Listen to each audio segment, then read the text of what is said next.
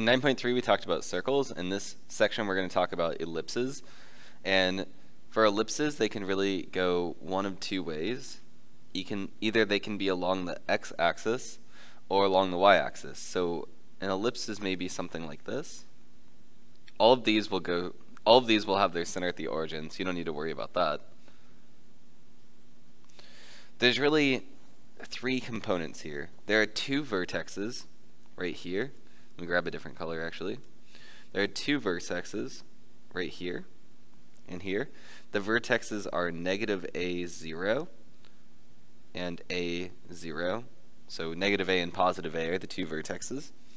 There are co-vertexes on the shorter sides. That's 0, b and 0, negative b for the two vertexes. And there are focuses, or the plural of focus is foci. So there are two foci. The first one is negative c0 and positive c0. Those are the coordinate pairs for those 6 points. Now, that's the example for a horizontal one. You can also have the same exact thing with a vertical one. It's just going to change what the points are. So for example, for the vertical one, the vertexes are here and here. It's a little lopsided, but you get the point.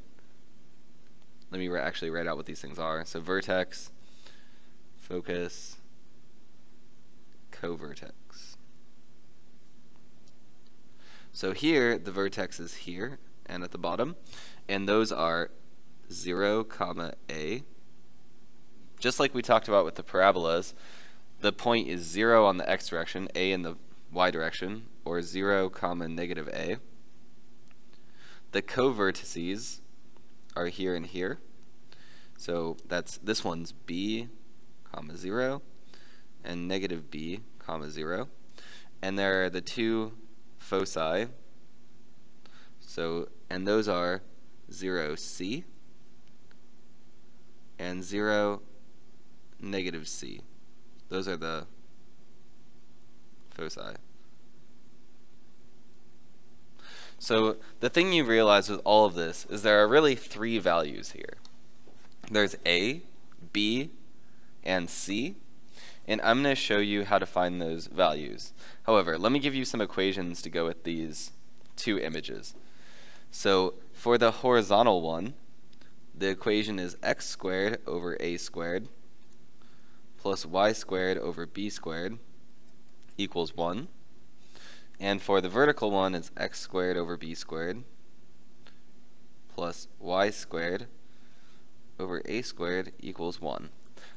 Notice how both of them equal 1. So these are both in standard form. They have to equal 1 to be in standard form. So if they don't equal 1, we're going to have to change them to equal 1.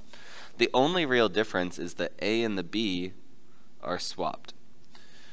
The only difference is that a and b are swapped.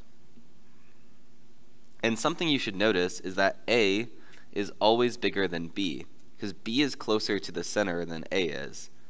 So what happens is this one gives the equation for the horizontal because the a, which is bigger, so the bigger a, is under the x squared. And over here for the vertical, the bigger a is under the y squared. So that's stuff you really want to have down. So this is the equation for the horizontal. This is the one for the vertical. And the only thing you really have to remember, the only difference is a is the bigger number. So when the a is under the x squared, it's horizontal. When the a is under the y squared, it's vertical. All right, let's say they give you a question, 4x squared plus 20y squared equals 100. And they want you to graph it, tell the vertices, co-vertices, and the foci. So all 6 things. All 6 dots. The first thing we have to do is set it equal to 1, to put it in standard form. So divide each of these by 100. That'll be equal to 1 now. And we have 4 over 100, so 1 over 25. 25 over 100 is over 4, so y squared over 4 equals 1. Now looking at this, we can tell if it's a horizontal one or a vertical one. And this one, the bigger number is under x squared. The a squared is 25. So this is a horizontal one. The larger number is under the x squared, so it's a horizontal one. And it'll look something like this. We just got to find what those 6 points are.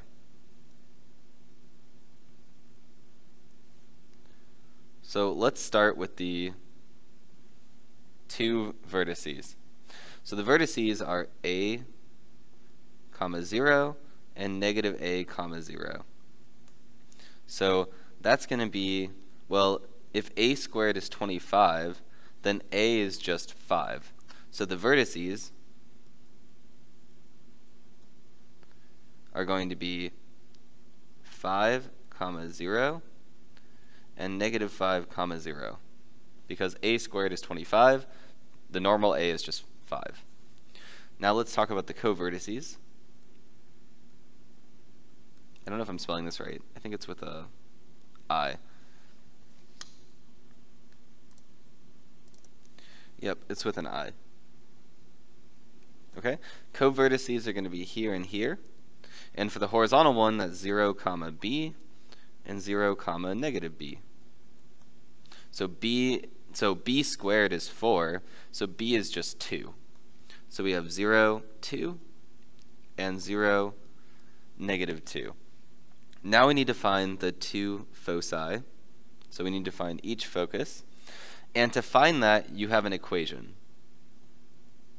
And that is c squared equals a squared minus b squared. This is like one of the only equations you need to remember for the chapter, other than the fact you need to remember when it's vertical or horizontal. So one of the only equations you need for this section. So to find that, let's see if I can give myself some more space here. We're just going to plug in the information we have. So c squared equals a squared, which we know is 25, minus b squared, which we know is 4. So c squared equals 21. C is equal to the square root of 21. So we're going to have these two. It's going to be negative square root 21, comma 0, and positive square root 21, comma 0. Those are the 2 points at the two foci. There are also some problems which make you go in reverse. It gives you the information about the vertex, the covertex, and the center, and you have to write the equation of the ellipse. So I'm just going to sketch a quick picture of what this would look like. It has vertex at 0, 4. That means it also has one at 0, negative 4. And a covertex at negative 3, 0. And so it has one at 3, 0. So this is a vertical one. It goes up and down. And so we know when that happens, the a squared is under the y. So the equation is x squared over b squared, y squared over a squared equals 1. Then we can just plug in the points. So x squared over b squared. Well, the b comes from this, so it's negative 3 or positive 3. We square it to get 9.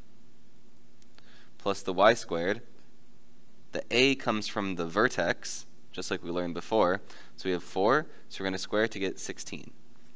So we have x squared plus y squared, or x squared plus 9 plus y squared over 16 equals 1.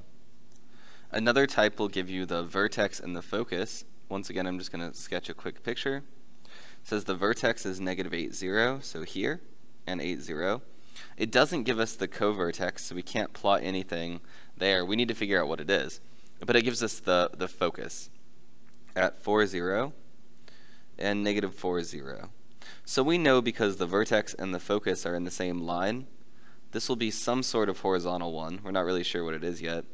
We can solve for b, though, by using the equation c squared equals a squared minus b squared. C squared, 4 squared is 16, because it comes from there, equals a squared, so negative 8 or positive 8 is 64, minus b squared.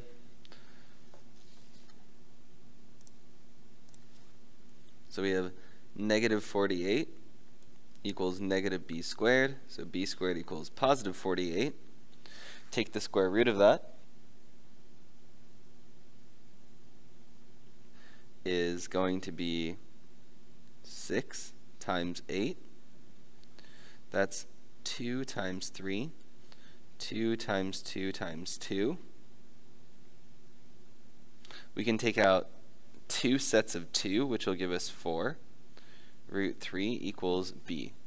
So now we know what b is. It should be really easy for us to write the equation.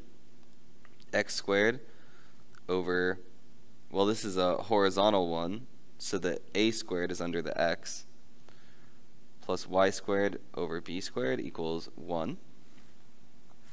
So now we just gotta plug these in. A squared is 64. So x squared over 64 plus y squared over 4 root 3 squared equals 1. Simplify this out. We're just going to square that. And the way we square that is we square the 4 and we get rid of the square root on the 3. So it's 16 times 3. 4 squared is 16 times 3, which is going to be 48. So we have x squared over 64 plus y squared over 48 equals 1. And that's the equation of this